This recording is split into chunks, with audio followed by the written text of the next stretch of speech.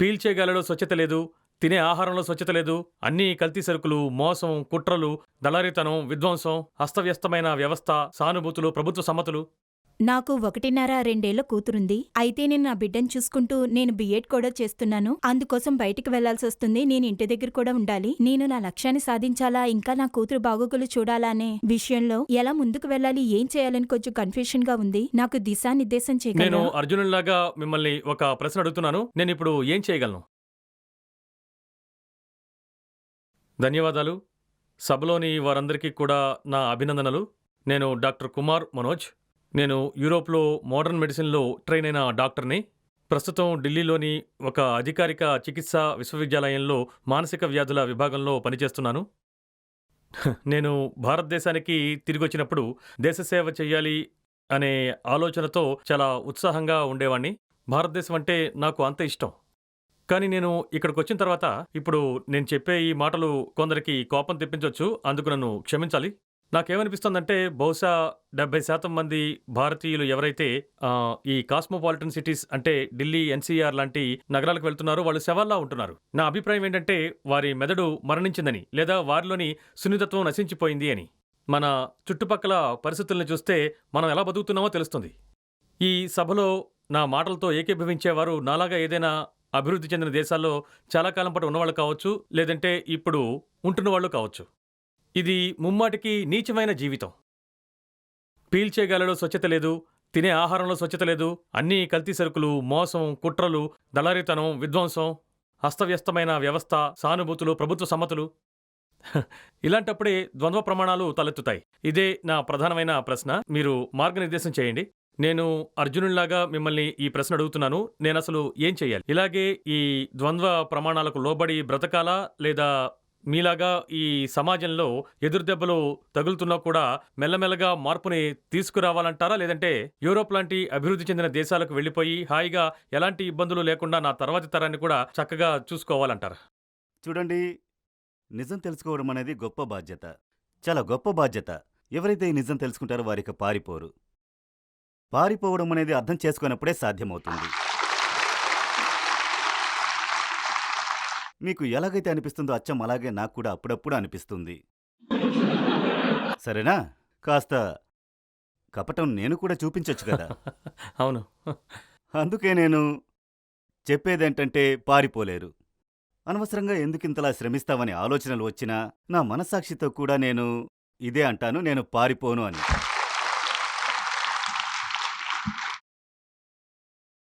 మీరు చెప్పిన ప్రతి విషయం నేను కూడా అనుభవిస్తున్నాను. సరేనా? చాలాసార్లు అనిపిస్తుంది అనవసరంగా గొడవేసి జీవితాన్ని నాశనం చేసుకుంటున్నానేమో, ఇంకా భారతదేశం వదిలి వెళ్ళుంటే ఇంతకన్నా మంచి పనులు చేసి ఉండేవాడని కూడా అనిపిస్తుంది. కానీ కుదురుగా ఉండాల్సిన అవసరం ఉంది, పారిపోనక్కర్లేదు. అలాంటి అవకాశం, ప్రత్యామ్నాయం ఏమీ లేవు. మీ అవసరం ఎక్కడుందో తెలుసుకున్న తర్వాత మీరు ఇంకో చోటుకి వెళ్ళగలుగుతారు. మీ అవసరం ఇక్కడుంటే మీరు ఇంకో చోటుకి వెళ్ళి ఏం చేస్తారు?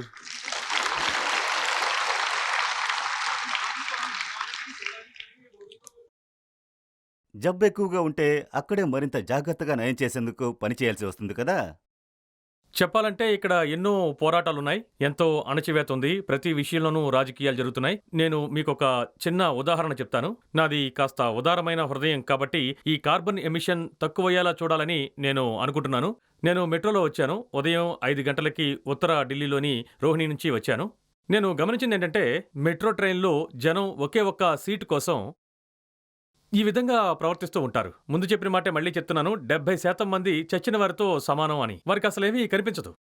లేదంటే ఏం జరుగుతుందో అసలు అర్థం చేసుకోలేని మూర్ఖుల్లా ఉంటున్నారు వాళ్ళు. మరీ ముఖ్యంగా వాళ్ళందరూ కూడా, అంటే సీటు కోసం తప్పించే వాళ్ళందరూ కూడా పెద్ద పెద్ద చదువులు చదువుకున్న వాళ్ళే. కాన్వెంట్లో చదివిన వాళ్ళు, కాలేజీల్లో చదువుకున్న వాళ్ళు, మంచి మంచి కార్పొరేట్ కంపెనీల్లో పనిచేసేవాళ్ళు ఒక్క సీటు కోసం తన్నుకు చేస్తున్నారు. ఇలా సీట్లోకి బ్యాగ్ని విసిరేసి తాపీగా వచ్చి సీట్లో కూర్చున్న తర్వాత వాళ్ళ ముఖంలో ఉండే ఫీలింగ్ చూస్తే మహదానందంగా కనిపిస్తారు. ఏదో విజయం సాధించినట్టుగా, జెండా పాతినట్టు. ఇవన్నీ కూడా చిన్న చిన్న ఎగ్జాంపుల్స్. ఇలాంటి వాయు కాలుష్యంలో జీవిస్తున్నారు. ఎంతో డబ్బులు ఖర్చు పెట్టి తినేందుకు మంచి సరుకులు కొంటే వాటిలో కూడా కల్తీ కనిపిస్తోంది. మనసుకి చాలా బాధ కలుగుతోంది. మీరు చెప్తున్న ప్రతి విషయంలో నేను ఏకీభవిస్తున్నాను. ఇంకాస్త ఈ విషయాన్ని ముందుకు తీసుకెళ్తూ సగటు భారతీయులు ఎంత నరకం అనుభవిస్తున్నారో, వారిని ఈ యొక్క నరక కూపం నుండి బయటపడేయాలని తప్పించేవారు అంతకన్నా ఎక్కువ నరకాన్ని అనుభవిస్తున్నారనేది వాస్తవమని చెప్పాలి.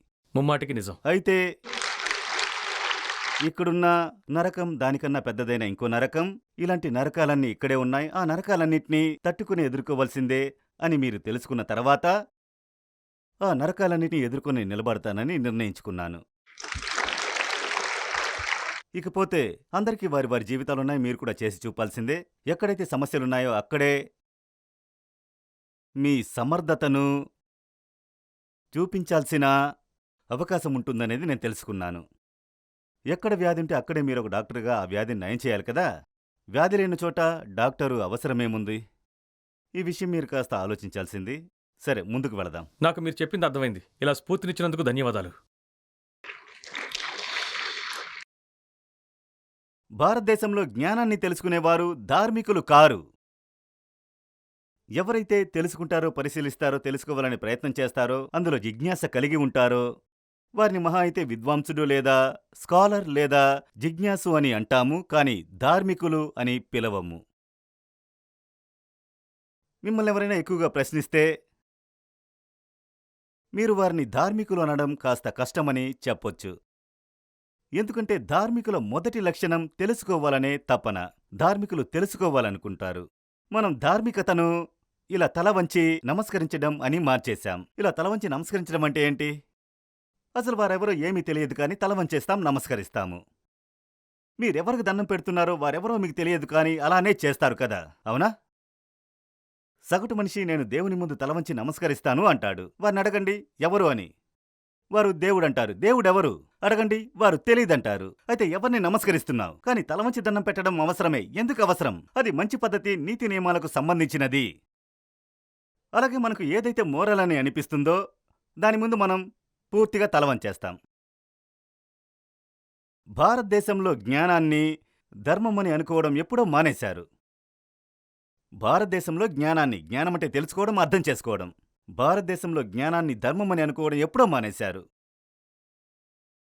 ఎవరైనా ధార్మికులతో సందేహాలు అడిగితే వారు అప్పుడే విసుగు చూపిస్తారు. వారిని అడగండి మీకు జ్ఞానం ఉందా అని. వారు నాకు జ్ఞానము లేదంటారు. భక్తి ఉంది, నాకు విశ్వాసం ఉందంటారు. జ్ఞానులను ఈ భక్తులు ఏమనుకుంటారంటే దాదాపు నాస్తికులని అనుకుంటారు. జ్ఞానం గురించి ఎక్కువ మాట్లాడేవారు ధార్మికులు కారని అంటారు. అసలు ధర్మమనే మాటకు అర్థమే జ్ఞానము, తెలుసుకోవడం. బోధోహమని ఉపనిషత్తులు మనకు నేర్పిస్తాయి. నే జ్ఞానస్వరూపాన్ని. మీరు నిజాయితీగా చెప్పండి, మనం ధర్మమన్న అర్థాన్ని జ్ఞానమని నమ్ముతున్నామా? మీకు ఏవైనా ఫోటోలు గాని వీడియోలు గాని చూపిస్తే మీరు టక్కున ధార్మికులెవరో చెప్పేస్తారు. మీరు వారిని ధార్మికులని ఎలా చెప్పగలుగుతారు? అతను ఒక ప్రత్యేకమైన ఆచారాలు పాటిస్తూ ఉండొచ్చు, ప్రత్యేకమైన బట్టలు ధరించవచ్చు, వారి భాష కాస్త వేరుగా ఉండొచ్చు. అన్ని సాంప్రదాయాలను తప్పకుండా పాటిస్తూ ఉండొచ్చు. సగటి మనుషులు గనుక తల వంచి నమస్కరిస్తే వీళ్ళు సాష్టాంగపడి నమస్కరించవచ్చు. నేలపై చక్కగా పడుకుని సాష్టాంగ పడతారు కూడా.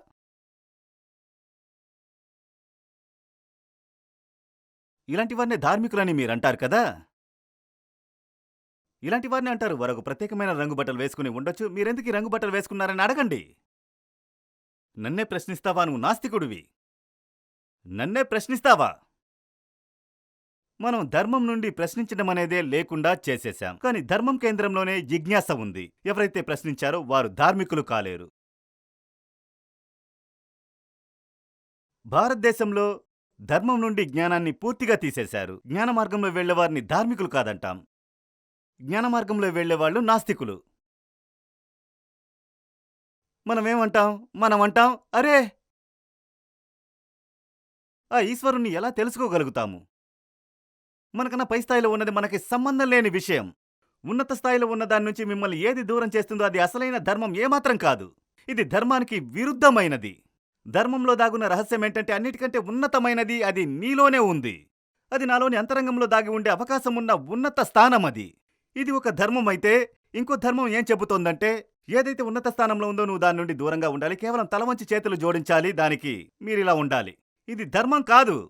ఇది అసత్యం. ఇది మీ జీవితాన్ని నరకప్రాయం చేస్తుంది. ఇది మిమ్మల్ని గ్రహించకుండా మీరు దాని ముందు తలవంచేలా చేస్తుంది. చెప్పాలంటే ముందు మీరు మోకరిల్లుతున్నారు. మీరు ఎవరికి తల వంచుతున్నారు వారెవరో కూడా మీకు తెలీదు. మీరు జమీందారుల ముందు తల వంచుతారు. ఇంకా అనవసరంగా సినిమా నటుల ముందు, సెలబ్రిటీల ముందు కూడా. ఇదంతా ఈ కపట ధర్మమే నేర్పించింది మీకు అని చూడలేకపోతున్నారా? మీరు సగటు భారతీయుడు సులువుగా అందరి ముందు ఎందుకు తల వంచుతాడు అని ఎప్పుడైనా సరే ఈ రెండు విషయాల్ని కలిపి చూసి ఉండకపోవచ్చు.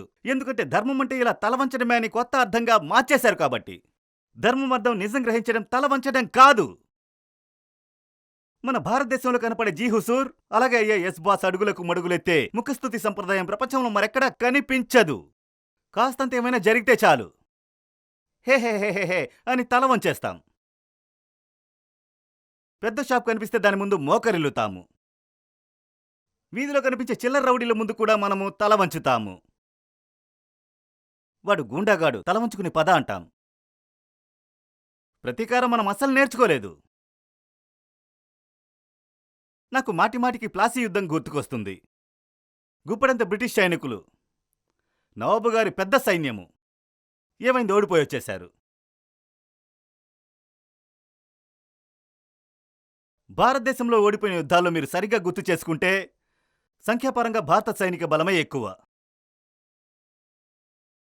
మనం ప్రతీకారం అనే మాటనే మర్చి ఇలా చేయడం మాత్రమే నేర్చుకున్నాం. ఇదిగో ఈ పద్ధతి భారతదేశపు అన్ని సమస్యలకు ఇలా ఉండడమే మూల కారణము. నిజమే, నమస్కరించాలి, ఇంకా మనల్ని మనం సమర్పించుకోవాల్సిందే. కానీ మనం ఎవరికి మనల్ని సమర్పించుకుంటున్నామో కనీసం అదైనా తెలిసుండాలి కదా. వారు తెలియకపోయినా మనల్ని మనం తెలుసుకోవాలి కదా.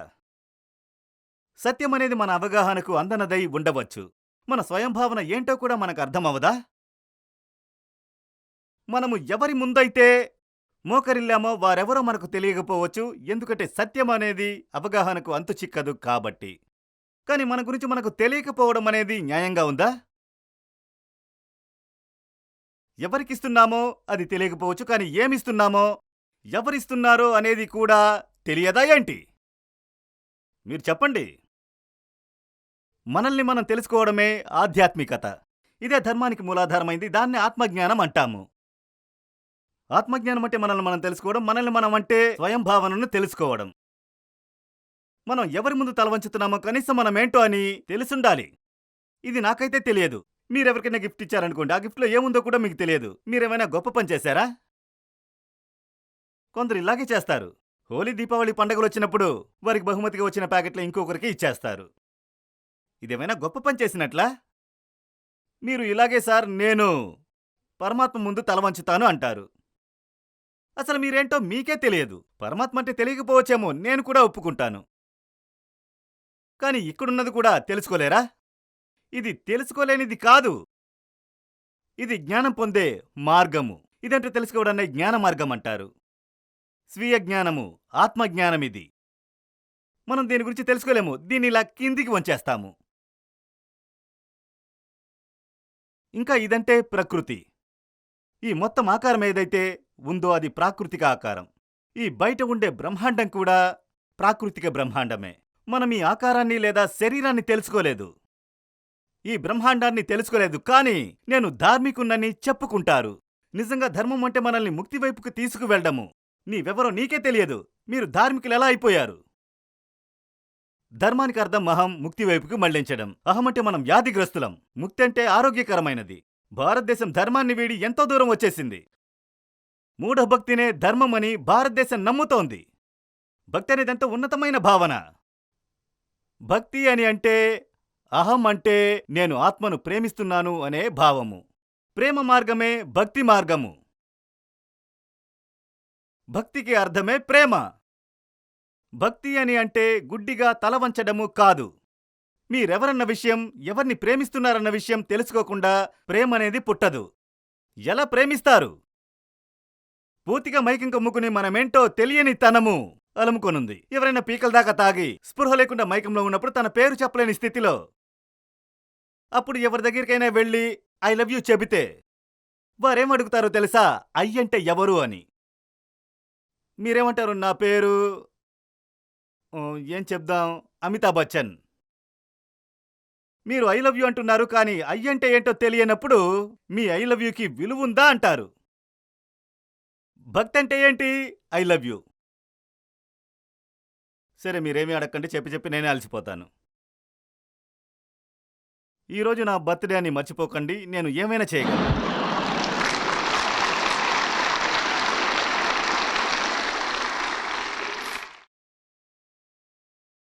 అన్ని వేళలా మీ మాటే చెల్లదు మరి. మనం ఏం మాట్లాడుకుంటున్నాము? భక్తి అంటే ఐ లవ్ యూ. గుర్తుంచుకోండి, భక్తి అంటే ఐ లవ్ యూ. ఐ అంటేనే అర్థం తెలియకుండా ఐ లవ్ యూ అని ఎలా అనేస్తారు? అసలు ఐ లవ్ యూ అంటేనే అర్థం తెలియకుండా ఐ లవ్ యూ అని ఎలా అంటున్నారు? నేను భక్తులను ప్రశ్నిస్తున్నాను. మరి భక్తికి అవసరమైనది ఏది? జ్ఞానము. మరి ఐ గురించిన జ్ఞానం అంటే ఆత్మజ్ఞానము. మీరు ఎలాంటి భక్తి మార్గాన్ని ఎంచుకుని తల వంచి నమస్కరిస్తున్నారు? అసలు ఈ శిరస్సు అంటే ఏంటో తెలుసుకోకుండా, ఐ లవ్ యూలో ఐ అంటే ఏంటో తెలియకుండా మీరు ఎలాంటి భక్తిని అనుసరిస్తున్నారు? భక్తి మార్గం అంటే ప్రేమ మార్గం కదా. మరి ప్రేమంటే? నాకు ప్రేమ ఉంది అంటే ఎవరికి ప్రేమ ఉంది? దాని గురించి మనకు తెలియదు కదా, ఎందుకంటే తెలుసుకోవడం నిషేధం కదా. వాస్తవంగా తమను తాము తెలుసుకోవడం మరింత నిషేధించిన విషయం కదా. ఎప్పుడైతే మనల్ని మనం తెలుసుకోవడం ఉండదో, అప్పుడు మనలో నుంచి పుట్టుకొస్తున్న కామ కోరికలు ఎందుకు వస్తున్నాయో, ఎక్కడి నుంచి వస్తున్నాయో తెలియదు. కోరికలు విస్ఫోటనంలా తన్నుకొచ్చినప్పుడు బలాత్కారాలు, మానభంగాలు జరుగుతాయి. అప్పుడప్పుడు ఇలాంటి బలాత్కారాలకు విదేశీయులు కూడా బలవుతారు. భారతీయ మహిళల విషయంలో ఈ బలాత్కారాలు మామూలు విషయమే. పాపం, వారిపై ఇలాంటివి ఎన్నో జరుగుతుంటాయి. ఎప్పుడైనా ఎవరైనా విదేశీయురాలపై ఇలాంటివి జరిగినప్పుడు అవి వార్తల్లోకి ఎక్కుతాయి. మన భారతీయ మహిళలపై ఇలాంటి బలాత్కారాలు బయటివారు చేస్తున్నారా? ఇంట్లోనే జరుగుతాయి. భర్త, ప్రేమికుడు లాంటి వారు కూడా ఇలాంటి అత్యాచారాలు చేస్తారు. అసలు అది అత్యాచారం అనే లెక్కల్లోకి కూడా రాదు. అసలు బలాత్కారమే కాదంటారు. భర్త చేస్తే అది అత్యాచారం ఎలా అవుతుంది? భార్యాభర్తల బంధంలో అత్యాచారం అనే మాటే ఉండదు. ఉన్నాయండి, అది బహిరంగ బలాత్కారమే. ఇలా ఎందుకు జరుగుతుందంటే భర్తనే వారికే తెలియదు తన కోరికల మూలమేంటో అని. తన ముందర స్త్రీ ఆకారంలో ఉన్న మనిషిని మొదట ఒక మనిషి అని, తర్వాతే ఒక స్త్రీ అని తనే గుర్తించలేడు. మనిషిని గుర్తించడం వారి దేహాన్ని చూసి కాదు, వారిలోని చిత్తం అంటే మనసుని చూసి గుర్తిస్తారు. తన భార్యను జ్ఞాన దృష్టితో ఎప్పుడూ చూడలేదు, ఎందుకంటే చిత్తం అంటే జ్ఞానము. ఈ యొక్క పురుషుని రూపంలో ఉన్న మనిషి ఎప్పుడు తనని తాను ఒక చేతనగా తెలుసుకోలేదు. ఇలాంటివాడు తన భార్యలోని చేతనత్వాన్ని ఎలా చూడగలడు? తనను తాను ఒక దేహం అనుకునే ఈ పురుషుడు తన భార్యని కూడా ఒక దేహంగానే చూస్తాడు కదా. మరి పెళ్లైన కొత్తలో భర్త తన భార్యని నువ్వెంత అందంగా ఉన్నావని, నీ ఒంపు సొంపులు బాగున్నాయని పొగడ్తలతో ముంచేస్తుంటే భార్యేమో సంబరపడిపోయి ఆనందిస్తుంది. దేన్ని దేహం అనుకుంటున్నారో దాని రక్తమాంసాల్ని అతడు పొడుచుకు తింటుంటే అప్పుడు అర్థమవుతుంది. తెలుసుకోవడం, గ్రహించడం ధర్మం అంటే తెలుసుకోవడము. అందుకోసమే జిజ్ఞాసపై నిర్మించబడిన ఒక సంస్కృతి మనకు కావాలి. అందరంటుంటారు కదా సంస్కృతి కావాలని. చక్కని సంస్కృతి కావాల్సిందే. మనకు జిజ్ఞాసను కలిగించే సంస్కృతి కావాలి. మనకు ఏ విషయమైనా అర్థమయ్యేలా వివరించేటటువంటి సంస్కృతి కావాలి. ప్రతి విషయాన్ని వివరించి తర్వాత వివరంగా చెప్పాలి. ఇంతవరకు అడగని ప్రశ్నలకు కూడా సమాధానాలు ఇవ్వగలగాలి. పిల్లల పరీక్షలలో మార్కులు వారు రాసిన సమాధానాల్ని బట్టి కాకుండా వారు సంధించిన ప్రశ్నలను బట్టి ఇవ్వాలి. బట్ పిల్లలకు మార్కులు వస్తున్నాయి వారి సమాధానాలకు కాదు, వారు అడిగిన ప్రశ్నలకు. అందరికంటే మంచి ప్రశ్నలను అడిగిన వారికి అందరికంటే మంచి మార్కులు వస్తాయి. మనకు అలాంటి సంస్కృతి కావాలి. కానీ మన సంస్కృతి ఎలా ఉందంటే బట్టి పట్టి చదవడం. అది మన విద్యా విధానంలో కూడా కనిపిస్తుంది. తెలుసుకోవాల్సిన అవసరం లేదు, బట్టి పట్టి చదవండి చాలు. ఇలాంటి పరిణామాలన్నీ మన జ్ఞానాన్ని పట్టించుకోకపోవడం వల్ల సంభవిస్తున్నాయి. ఇలాంటివన్నీ మనం నిజమైన ధార్మికతను పట్టించుకోకపోవడం వల్లే జరుగుతున్నాయి. అడగండి, అలా కాదు, ఇలాగే జరుగుతుంది. కానీ ఇలా ఎందుకు జరుగుతుంది? ఇలా జరుగుతుందంటే ఏం జరుగుతుంది? జరుగుతుంది అంటే ఏమిటి? నా జీవితం ఇది, ఏది సరైనదో అదే జరుగుతుంది. నా జీవితం ఇది, అలా జరిగేది ఎందుకు జరుగుతుంది? ఇప్పటి వరకు జరిగింది, ఇకపై నాకెందుకు జరగాలి? ఈ నా జీవితం గతం కాదు, ఎప్పుడో జరిగింది కాదు. ఇప్పుడు ఉన్నది ఒక్క జీవితమే, ప్రస్తుతం జీవిస్తున్నది. ఇప్పటి వరకు జరుగుతున్న వాటిని మళ్లీ పాటించాల్సిన బాధ్యత నాపై లేదు. ఇందులో బాధ్యత అస్సలు లేదు. నా పట్ల జరుగుతున్నవి జరగవు. ఇకపై నా జీవితంలో దక్కాల్సినవన్నీ దక్కాలి. ఇది నా జీవితం. ఈ విషయం అర్థమవుతోందా? ఎవరైతే సత్యాన్ని గ్రహించగలరో వారు తమ దేహానికి బానిసలు కారు. ఎవరైతే నిజం తెలుసుకుంటారో వారెప్పుడు తమ మానసిక వైఖరులకు బానిసలు కారు. ఎవరైతే గ్రహించలేకపోతారో వారిలాంటివి నిగ్రహించుకుంటారు. మన భారతీయ సమాజంలో ఈ అణచివేత అనేది ఎక్కువగా ఉంది. అణచివేయి, అణచివేస్తూ ముందుకు పో. తర్వాతికది కనిపించకూడదు. కొన్ని మాటలను అసలు ఉచ్చరించనే వద్దు, పలకూడదు. కొన్ని విషయాలపై అసలు వాదనే అవసరం లేదు. జీవితంలో ఉండే కొన్ని ముఖ్యమైన సమస్యలపై తల్లిదండ్రులు, పిల్లలు అస్సలు చర్చించరు. ఎన్నోసార్లు చెప్పాను, ఏ ప్రశ్నపైన వాదనలు అస్సలు జరుగుండవో అలాంటి ప్రశ్న ఎంతో విలువైనది. మీరు ఏ విషయంపైన వాదనలు జరగకూడదని అనుకుంటున్నారో అదే విషయాన్ని మీరు తప్పకుండా చర్చించాలి. ఏ సమస్య గురించి భార్యాభర్తలు ఎదురెదురుగా కూర్చుని మాట్లాడుకోరో అదే అసలైన సమస్య. దానిపైన వారు మాట్లాడుకోవాల్సిన అవసరం ఉంది. కావాలని వారు దాచిపెడుతున్నారు, అణచివేస్తున్నారు. అణచివేత ఇది.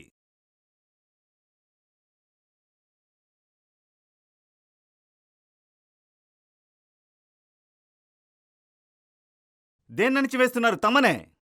ఎవరో ఒకరు తారసపడి ఇలా, లేదండి నేను దేవుణ్ణి భక్తితో పూజించుకోవడమే నాకు తెలిసి నా దృష్టిలో ధర్మము అంటే ఏంటి? నేను దేవుణ్ణి భక్తితో కొలుచుకుంటాను. మీరు భక్తి గురించి చెప్పిన ఈ విషయం దేనితో మొదలైంది? నేను దేవుణ్ణి నమ్ముతాను. నేనంటే ఎవరు? నేనంటే ఎవరు? నేను రోజు ఉదయం లేచి ఫలానా గ్రంథాన్ని చదువుతాను. ఇది కూడా దేంతో మొదలైంది? నేనంటే ఎవరు? నేను అనేది లేని ఎలాంటి ధర్మము ఉండదు. ఆత్మజ్ఞానం లేని ధార్మికత ఏది? నేను గుడికి వెళుతున్నాను. ఈ విషయం ఎక్కడి నుండి మొదలైంది? నేనెవరో తెలుసుకోలేరు. నేననేది ముందొస్తుంది, తర్వాతే గుడొస్తుంది. నేను పూజలు నమస్కారాలు చేస్తాను. నేను ఉపవాసం ఉంటాను.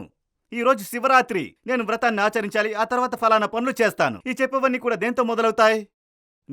నేనంటే తెలియదు కానీ శివుడిని ఎలా తెలుసుకుంటావు? ఆది శంకరాచార్యుల వారు ఈ ఉదయం ఏం చెప్పారు? వారితో మీరు ఎవరని అడిగారు? వారి కాబోయే గురువుగారు నువ్వెవరని అడిగారు. అందుకు వారు శివోహం అన్నారు. అంటే నేనే శివుణ్ణి అని అర్థం. నువ్వెవరంటే వారు శివోహం అన్నారు. మీరు కూడా పాడతారు కదా, చిదానంద రూప శివోహం శివోహం అని ఆయన వేరెవరికో సమాధానమిచ్చారు. ప్రశ్న ఏంటి? ప్రశ్న, ఎవరు నువ్వు? కుమారా, ఎవరు నువ్వు? నీ పరిచయం చెప్పు. అప్పుడు శివోహం అన్నారు, నేను శివుణ్ణి అని. నిన్ను నువ్వు తెలుసుకోకుండా ఏ శివరాత్రిని నువ్వు జరుపుకుంటున్నావు? శివోహం, నేను శివుణ్ణి. నేనెవరని తెలుసుకోలేని వారికి శివరాత్రి జరుపుకునే అర్హత ఎలా వచ్చింది?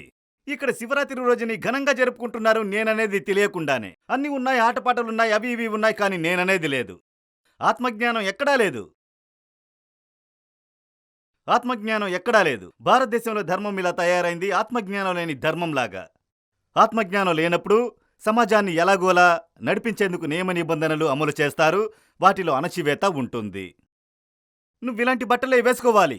ఇది పాటించాల్సిన నియమం. ఎందుకో వివరిస్తారా? ఇలా అడగడం నిషేధం. అలా కుదరదండి. ధర్మం అంటే ఎదిరించడం. మనిషి బంధాలతో ముడిపడి జన్మిస్తాడు. ధర్మం అంటే ఆ బంధాల ప్రతికూలతలను ఎదిరించడం అంటే జిజ్ఞాసను కలిగి ఉండడమే.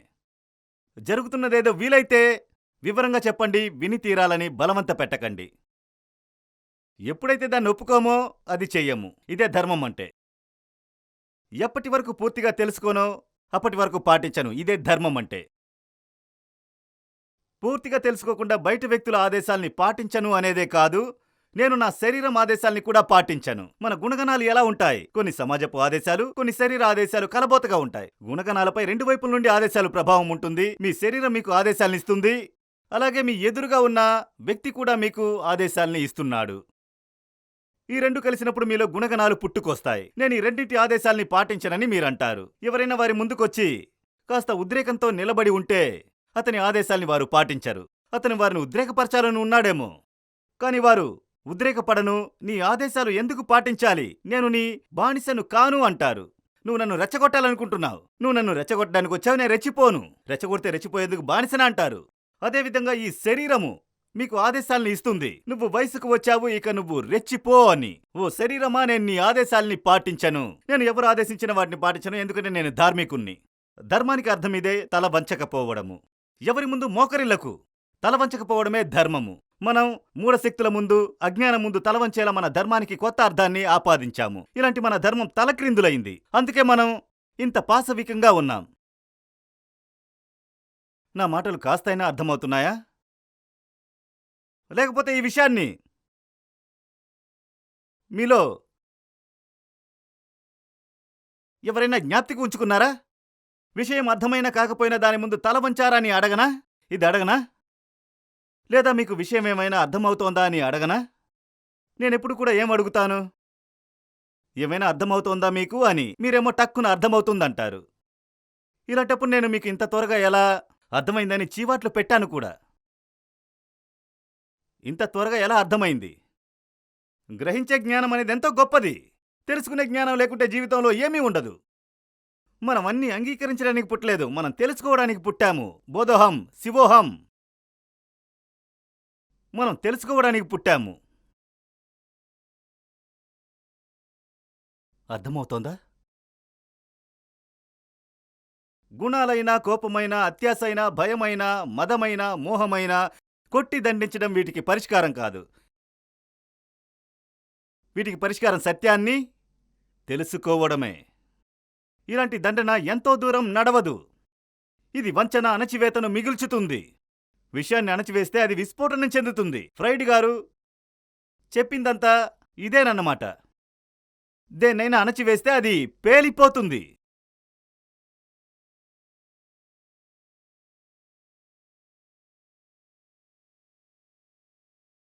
సార్, మీకు నమస్కారం. ఇక్కడికొచ్చిన అతిథులందరికీ నమస్తే. నా మనసులో ఒక ప్రశ్న మెదులుతోంది. నాకు పెళ్ళయ్యి 5 నుంచి 7 ఏళ్లవుతుంది. కొన్ని సమస్యల వల్ల నేను మా ఇంట్లో వాళ్లతోనే ఉంటున్నాను. నాకు 1.5-2 ఏళ్ల కూతురుంది. నేను కూతురుని చూసుకుంటూ బీఎడ్ కూడా చేస్తున్నాను. అక్కడికి వెళ్లాల్సొస్తుంది, ఇంకా ఇల్లు కూడా. నేను నా లక్ష్యం వైపు నడవాలా లేదా నా కూతురు బాగోగులు చూసుకోవాలా అనేది అర్థం కావట్లేదు. కన్ఫ్యూషన్ గా ఉన్నాను. ఎలా ముందుకు వెళ్ళాలి, ఏం చేయాలని మార్గనిర్దేశం చేయండి సార్. అన్నిటినీ కలుపుకుని పోవాల్సి ఉంటుంది. ఏది వదల్లేరు. ఇది చూసుకోవాలా లేదా అది చూసుకోవాలా, ఇలాగ చేయలేరు. సార్, నా ఈ పోరాటంలో ఒక్కొక్కసారి అనిపిస్తుంది నేను అలిసిపోయాను, ఆగిపోతాను. ఇలా అనిపిస్తుంది సార్ అప్పుడప్పుడు. కలిసిపోయినప్పటికీ ఒకసారి ప్రయాణం కొనసాగించాలి. నేను రోజులో మీతో ఏ రోజులో సమావేశమవుతానో అప్పుడు 4-5 గంటలు మీతో గడుపుతాను. ఆ 4 నుండి 5 గంటలకు కాస్త ఎక్కువ తక్కువ అంతా కలిసి ఒక సమావేశానికి నాకు 6 నుండి 8 గంటలు పడతాయి తప్పకుండా. అది కాకుండా సంస్థలో అడ్మినిస్ట్రేషన్ పనిని కూడా చూసుకోవాల్సి ఉంటుంది. చాలా ఎక్కువ పని. సరిగ్గా చెప్పాలంటే ఒక ఫుల్ టైం జాబ్ లాంటిది. నేను ఇది చూడనా లేదా అది చూడనా అని చెప్పలేను. 2 పనులు చేయాల్సి వస్తుంది. ఇప్పుడు నేను మీతో ఉన్నాను, నాకు మీతో పాటు ఇందులో లీనమైపోవాలని ఉంటుంది. ఇప్పుడు నేను ఈ సంస్థ అధిపతిగా చేయాల్సిన పనులు ఇంకా మిగిలి ఉన్నాయనే స్పృహ కూడా నాకు ఎక్కువగా ఉండదు. ఎవరో ఒకరు నాకు సమయాన్ని గుర్తు చేయకపోతే రాత్రి 10 వరకు ఇలాగే మీతో మాట్లాడుతూనే ఉంటాను. ఇవాళ అమృత్సర్ నుండి అతిథులొచ్చారు. వారితో మాట్లాడుతుంటే 3.5 గంటలు ఎలా గడిచాయో తెలియలేదు. వారే గుర్తు చేశారు, మీరు మాతోనే మాట్లాడుతూ ఉంటారా, అందరు ఎదురు చూస్తున్నారు పదండి అని. కానీ మీరొకదాని కొరకు ఇంకో దాన్ని వదిలేయాలనేది చేయకూడదు. అన్నిటితో పాటు ప్రయాణించాలి. మనిషిగా పుట్టాం. అంతేకాకుండా మనిషిగా పుట్టడం అంటే ఇది కూడా ఆదర్శవంతంగా ఏమీ ఉండదు. పర్ఫెక్ట్గా ఉన్నది ఏది దొరకదు. దొరికినదేదైనా దాని గురించి వంకలు పెట్టకూడదు. ఏది మిమ్మల్ని చుట్టుముట్టినా దాని మధ్యలో నుంచే దారి చేసుకుని ముందుకెళ్ళాలి. అర్జునుడు భీష్మునితో, చూడండి సార్, మాకిష్టమైన రీతిలోనే మీరు బాణాలు వేయాలని అనలేదు కదా. కర్ణునితో, చూడు, నువ్వు యుద్ధానికి వచ్చావు కానీ నువ్వే చావాలి, ఇది బాగుంది కదా, మనం ఒక డీల్ వేసుకుందాము, యుద్ధమైతే చేద్దాము, కానీ నువ్వే చావాలి అని అంటాడా? రెండూ అవసరమే. జీవితాన్ని ఇలా దారి చేసుకుని నడిపించాలి. అది కింద పడకూడదు, ఇది విరిగిపోకూడదు. పడవ నడిపేటప్పుడు 2 వైపులా తెడ్డు వేసేలాగా, పక్షి ఎగురుతున్నప్పుడు 2 వైపులా రెక్కలు ఆడించినట్లుగా అలాగే పయనించాలి.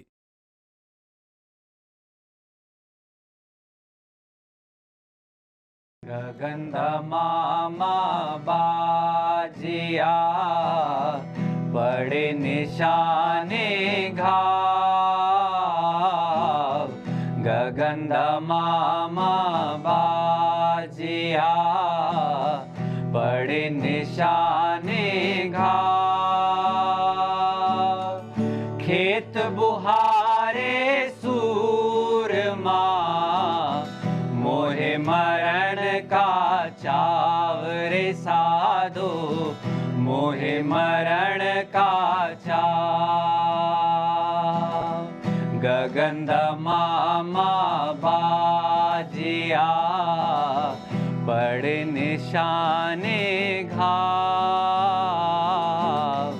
गगन मामा बाजिया पड़े निशाने घाव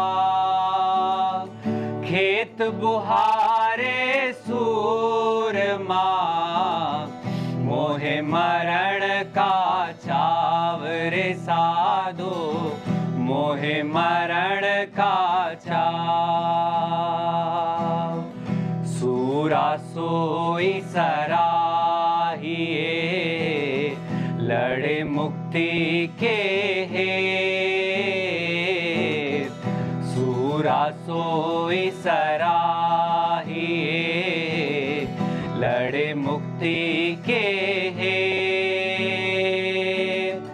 पुरजा पुरजा कट पड़े तो भी न छाड़े खेत रे साधो तो भी न छाड़े खेत सूरा सोई सराहिए लड़े मुक्ति के हेत सूरा सोई सराहिए लड़े मुक्ति के हेत पुरजा पुरजा खट पड़े तो भी न छाड़े खेत रे साधो तो भी न छाड़े खेत प्रेम प्याला जो पिए शीश दक्षिणा दे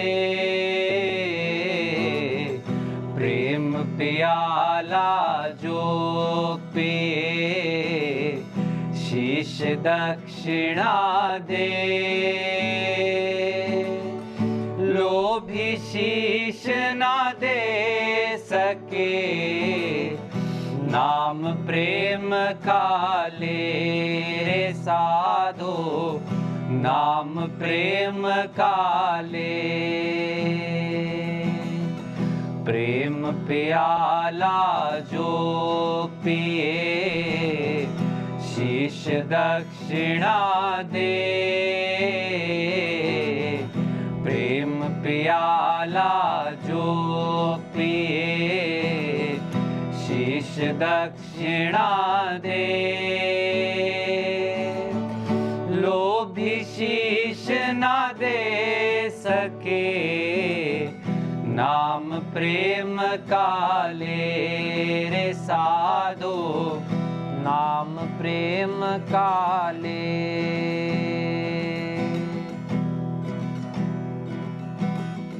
जहाँ प्रेम तहाँ नेम नहीं तहाँ न बुद्धि व्यवहार जहाँ प्रेम तहाँ नेम नहीं तहाँ न बुद्धि व्यवहार प्रेम मगन जब मन भया कौन गिने तिथिवार रे साधो कौन गिने तिथिवार जहाँ प्रेम तहाँ नेम नहीं तहाँ न बुद्धि व्यवहार जहाँ प्रेम तहाँ नेम नहीं तहाँ न बुद्धि व्यवहार प्रेम मगन जब मन भया कौन गिने तिथिवार रे साधु, कौन गिने तिथिवार।